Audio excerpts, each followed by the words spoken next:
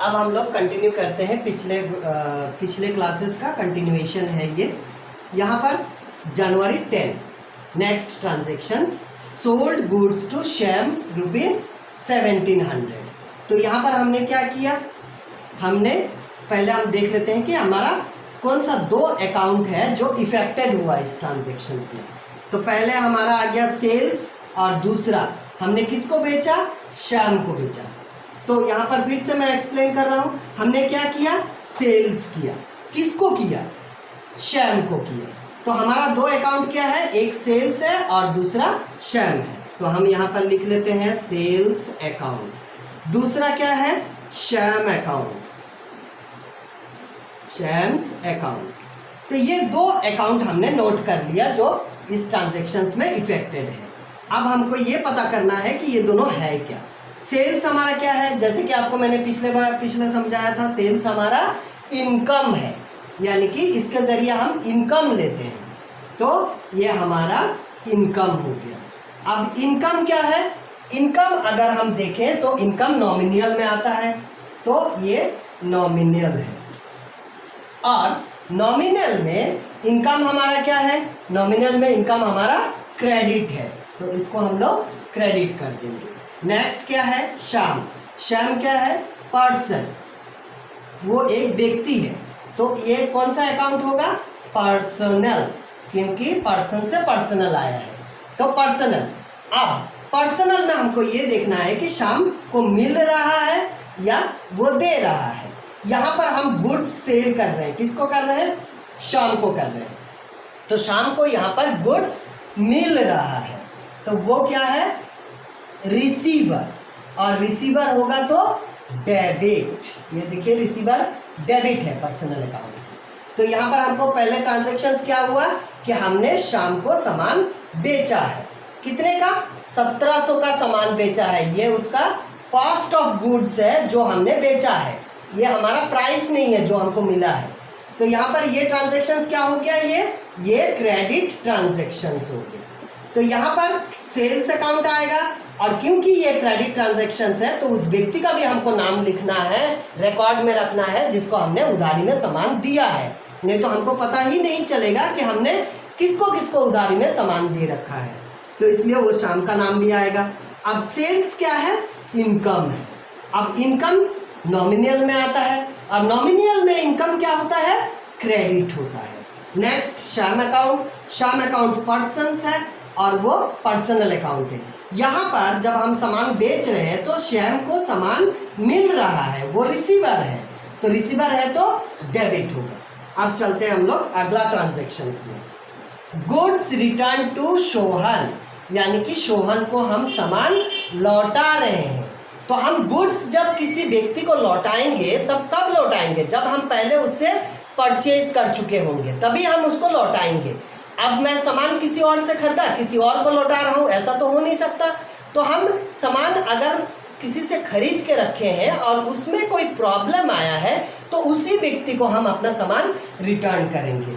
तो यहाँ पर क्या है कि सोहन को हम सामान रिटर्न कर रहे हैं। तो एक तो हमारा सोहन अकाउंट हो जाएगा, सोहन्स अकाउंट, पहला अकाउंट हो जाएगा हमारा सोहन्स।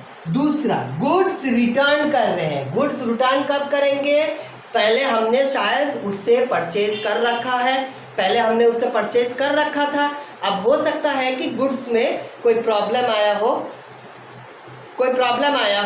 तो उस वजह से हम उसको रिटर्न कर रहे हैं।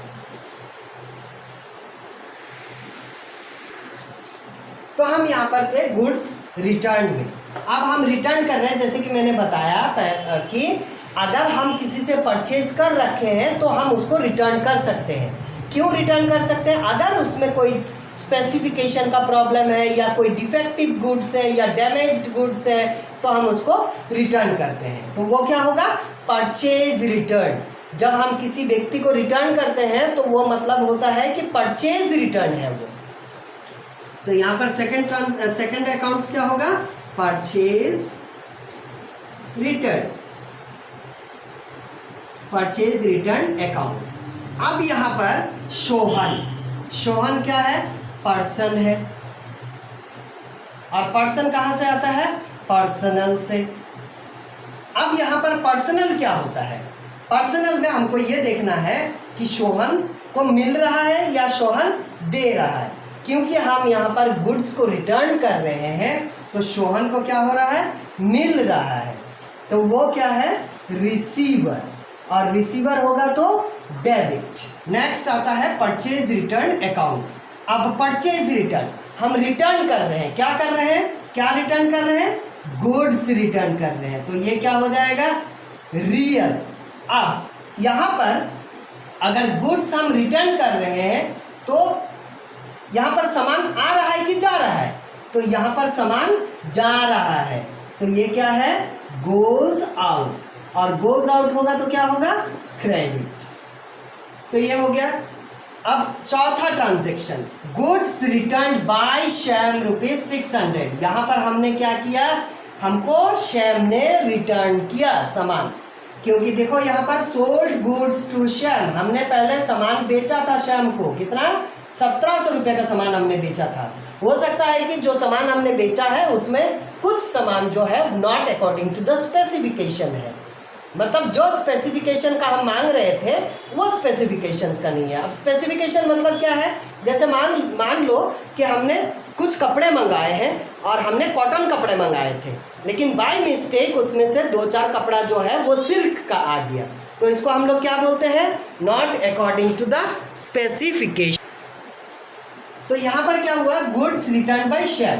अब श्याम को हमने goods return by Shyam, Shyam ने हमको गुड्स रिटर्न किया। यहाँ पर आप देखिए sold goods to Shyam, Shyam को हम सामान बेचे थे और अब सामान उसने रिटर्न किया, क्योंकि हो सकता है कि वो स्पेसिफिकेशन, तो मैं स्पेसिफिकेशन पर था।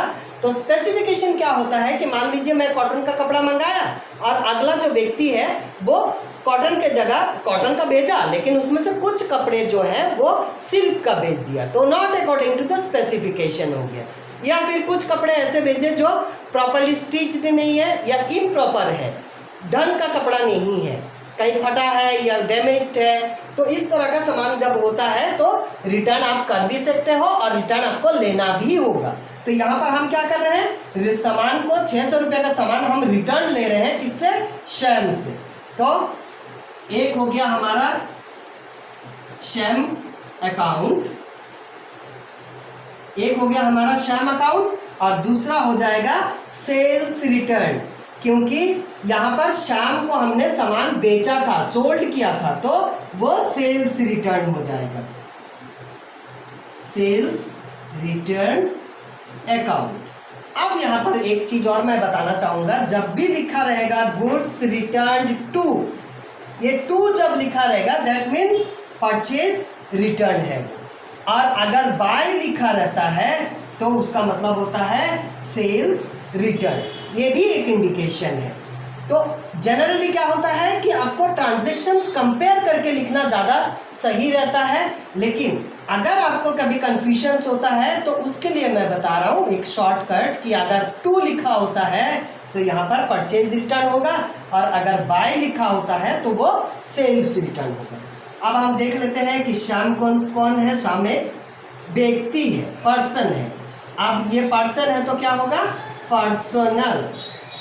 अब पर्सनल में हमको ये सोचना है कि वो दे रहा है कि ले रहा है।